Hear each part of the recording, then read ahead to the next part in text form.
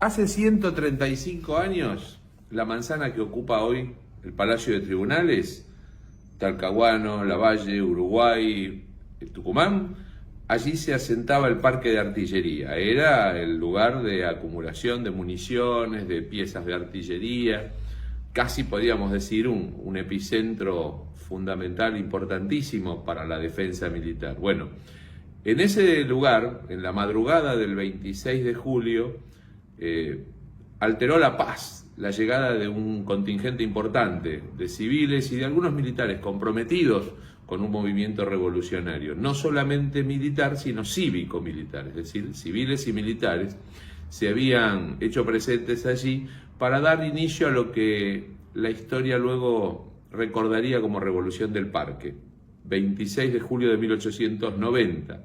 La situación del país era sumamente crítica, había un gobierno desvinculado de la realidad social, económica y política de la sociedad, del pueblo. Lo encabezaba Miguel Juárez Celman, un hombre de una gran trayectoria política que había sido gobernador de Córdoba y además era concuñado del expresidente general Julio Argentino Roca. Pero no tenía dotes políticas, o por lo menos en ese momento las había perdido, no estaban tan firmes como parecía tenerlas.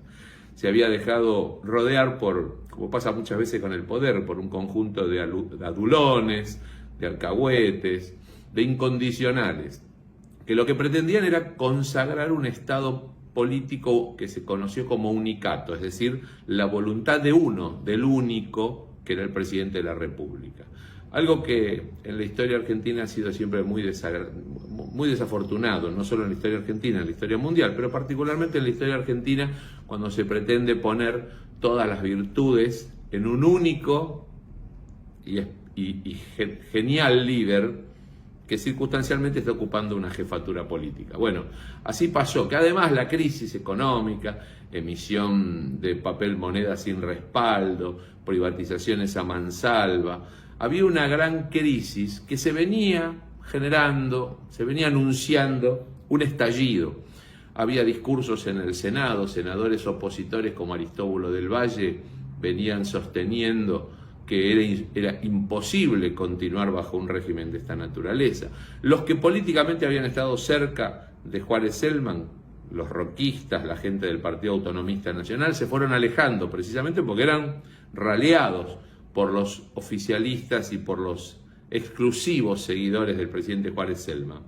Y había un movimiento civil que en abril de 1890 había tomado forma, que se llamaba Unión Cívica.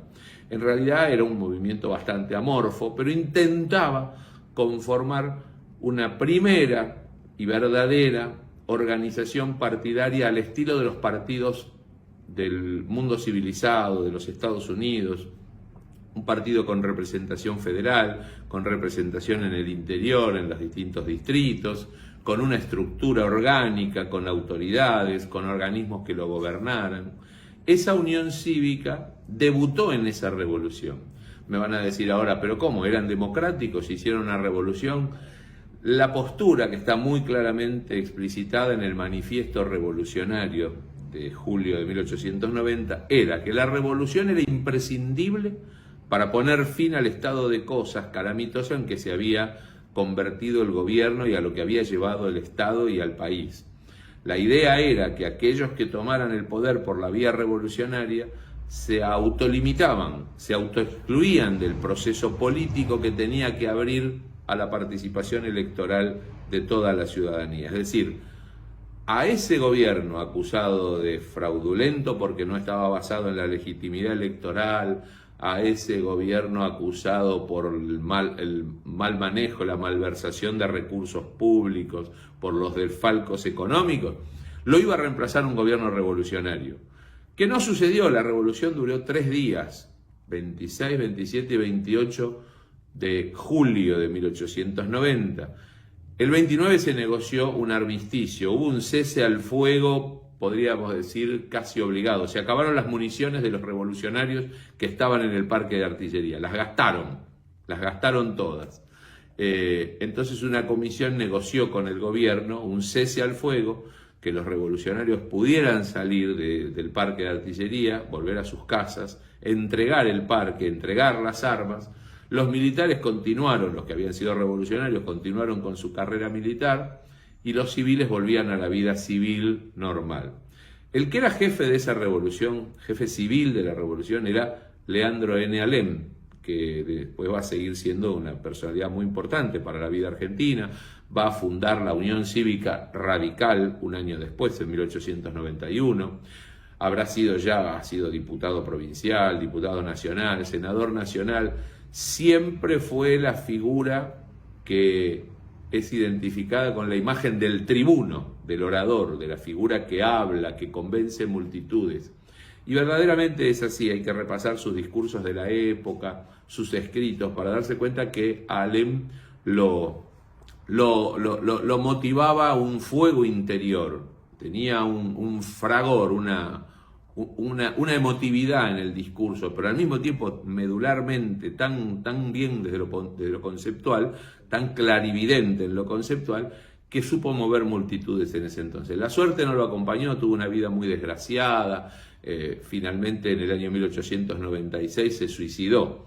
Pero lo que importa de todo esto es recordar que a fines del siglo XIX, cuando la Argentina, de la que hoy se dice que era potencia, la Argentina tenía grandes recursos naturales y materiales, tenía un potencial económico importante, pero ese potencial, ese gran poderío en recursos, no permeaba hacia la sociedad. La sociedad además estaba excluida porque no participaba de las elecciones, el voto era nominalmente universal, pero no era un voto real, se falseaban los datos electorales. Años más tarde, Pellegrini, que es el vicepresidente de Juárez Celman y que como la crisis lo deja Juárez Celman casi sin juego político y en agosto tiene que renunciar a la presidencia y se va a su casa y se convierte en un muerto civil para toda la vida, no vuelve a ocupar cargos públicos.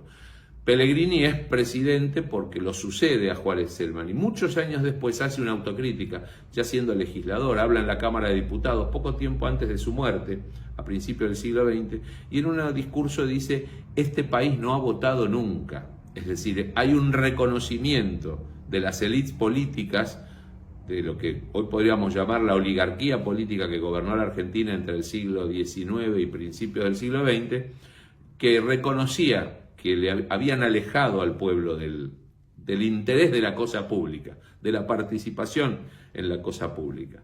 Si nos ponemos a pensar, vamos a ver que si en 1890 se produce esta revolución que reclama pureza de sufragio, moral administrativa, orden y desde el punto de vista económico, un gobierno transparente, limpio, honrado desde el punto de vista administrativo, 20, 25 años después se van a ver los resultados porque llega la ley Sáenz Peña, que no es una concesión graciosa, sino que es el resultado de un cuarto de siglo de luchas, de la Unión Cívica, de los radicales después, de las fuerzas políticas que consideraban que la democracia tenía que asentarse, la República Democrática tenía que asentarse en el principio de la soberanía popular. De esto se da cuenta Roque Sáenz Peña, pero también toma conciencia de que era insostenible gobernar de la manera que se venía gobernando desde el siglo pasado. Ahí el protagonismo del radicalismo, de Hipólito Yrigoyen, va a ser fundamental. Pero el punto de quiebre fue esa revolución de la que estamos cumpliendo, se está conmemorando 135 años, llamada Revolución del Parque, porque se desarrolló centralmente en el Parque de Artillería, aunque también tuvo un despliegue y hubo cantones revolucionarios en algunos barrios, en la zona céntrica de la capital, y alguna provincia también se sublevó y tuvo también su propia revolución del 90 en algunas provincias del interior. Para otra columna, para otro cuento, para otra anécdota, ya hablaremos de eso.